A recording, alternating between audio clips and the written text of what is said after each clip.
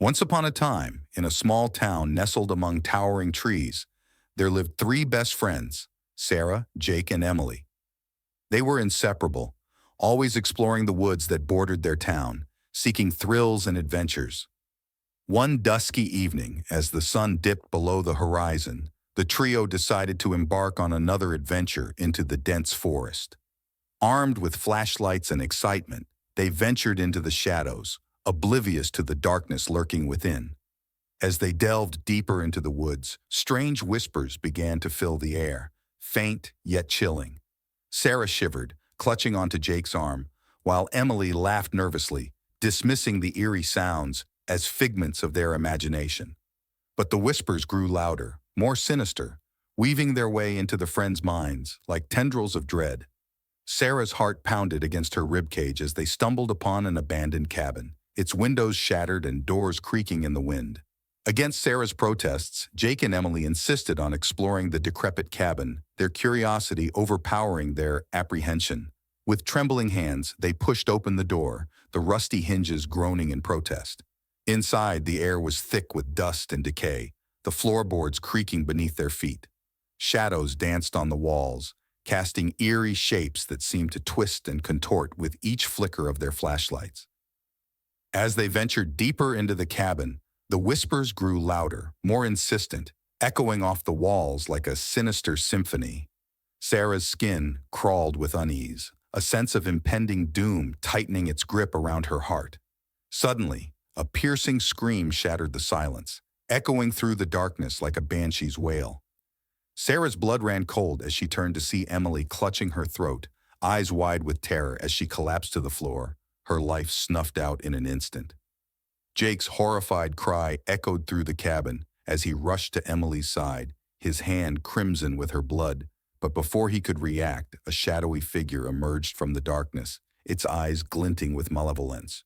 With a sickening crunch, Jake's body crumpled to the ground, his screams silenced forever as the darkness consumed him whole.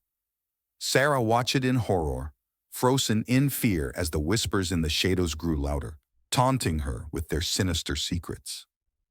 Desperate to escape the nightmare unfolding before her, Sarah fled into the night, the echoes of her friends' screams, haunting her every step. But no matter how far she ran, she could never outrun the whispers in the shadows.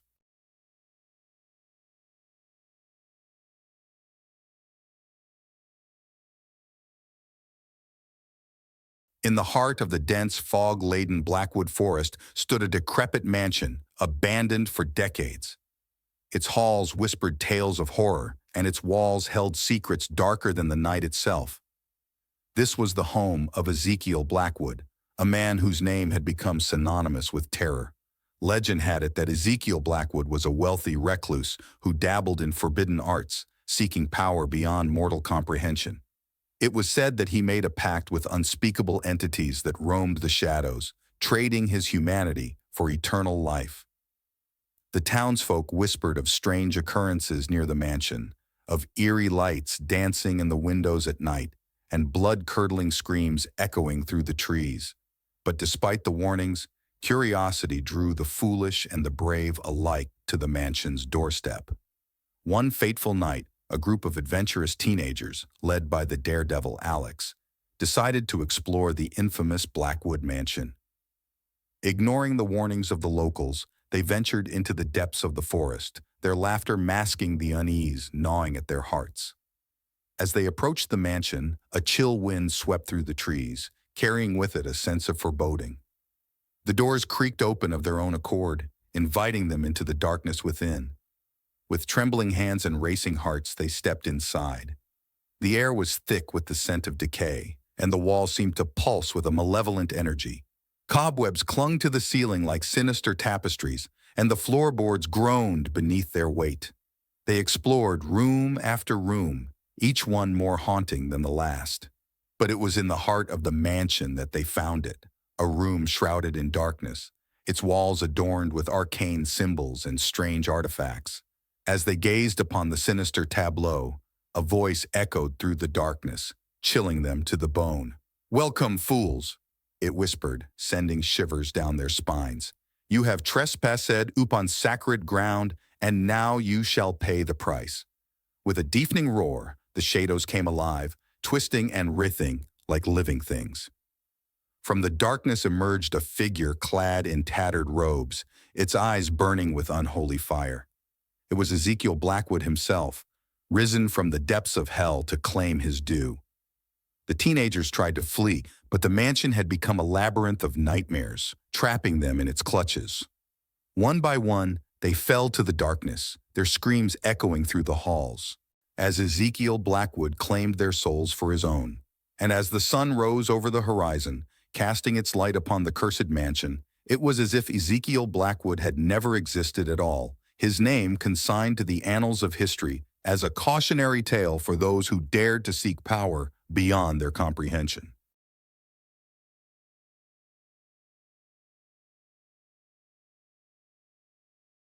I never imagined that a simple babysitting gig could turn into a nightmarish ordeal. My name is Rachel, and I had been babysitting for the Johnson family for years.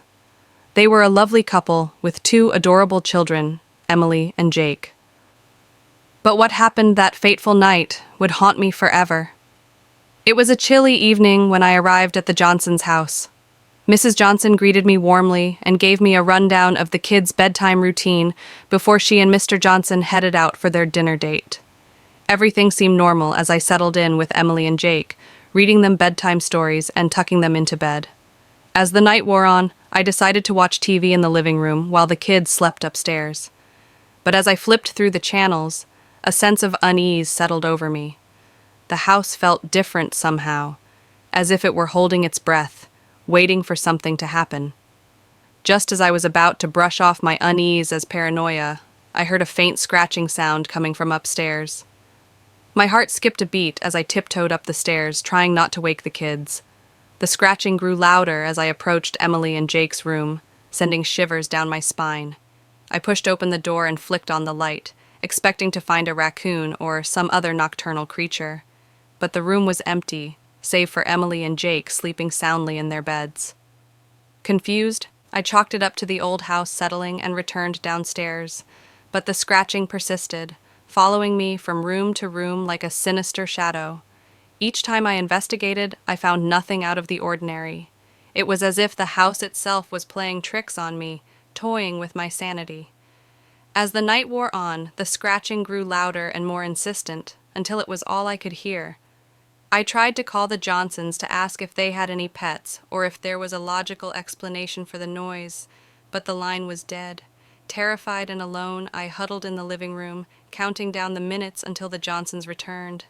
But just when I thought I couldn't bear it any longer, the scratching stopped abruptly, replaced by an eerie silence that seemed to suffocate me. When the Johnsons finally returned, I burst into tears, babbling about the scratching and the dead phone line. They exchanged worried glances before Mr. Johnson went to investigate. Moments later, he returned with a grim expression on his face. He explained that the scratching sound had been caused by a raccoon trapped in the attic, which he had managed to scare off. But as for the phone line, he had no explanation. It had been working perfectly fine when they left.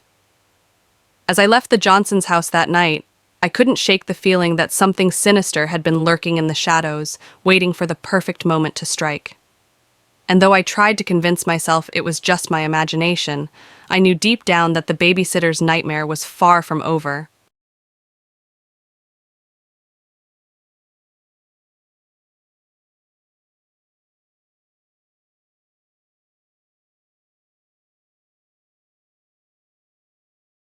As a babysitter, I've always enjoyed spending time with kids. So when the Thompsons asked me to watch over their baby girl, Lily, for the evening, I eagerly agreed. Little did I know that night would turn into a chilling nightmare. The Thompsons lived in a quaint suburban neighborhood, and their house was cozy and inviting. After putting Lily to bed in her nursery, I settled down in the living room, expecting a quiet night of reading. But as the night wore on, a sense of unease settled over me. It started with faint whispers drifting through the air, barely audible yet undeniably present. I brushed it off as my imagination playing tricks on me, but the feeling persisted, gnawing at the edges of my consciousness. Then I heard it, a soft scratching at the window. My heart pounded in my chest as I crept towards the source of the sound. Peering through the curtains, I saw a shadowy figure lurking outside, its face obscured by darkness. Panic surged through me as I realized someone was trying to break in. I rushed to lock the doors and windows, praying that whoever was outside would give up and go away, but the scratching continued, growing louder and more insistent with each passing moment. Terrified, I grabbed Lily and retreated to her nursery, hoping to find safety behind its sturdy door. But as I cradled her in my arms, I heard the unmistakable sound of glass shattering downstairs. With trembling hands, I dialed 911, pleading for help as I barricaded the nursery door with whatever furniture I could find. But help seemed impossibly far away, and the whispers grew louder, filling the room with their chilling presence. Suddenly, the door burst open, and the intruder stood before me, a sinister smile twisting his lips. In his hand gleamed a gleaming knife, its blade glinting in the moonlight. Instinct kicked in, and I lunged towards him, knocking the knife from his grasp. We grappled on the floor, locked in a desperate struggle for survival. But just as he gained the upper hand, the door burst open once more, and Mr. and Mrs. Thompson stormed in, armed with a shotgun. Without hesitation, they fired, the deafening blast echoing through the nursery. The intruder fell to the ground, a look of shock frozen on his face as a pool of blood spread around him. As the police arrived to take the intruder away, I held Lily close, grateful to be alive. But the whispers still lingered in the air, a chilling reminder of the horrors that had unfolded that night and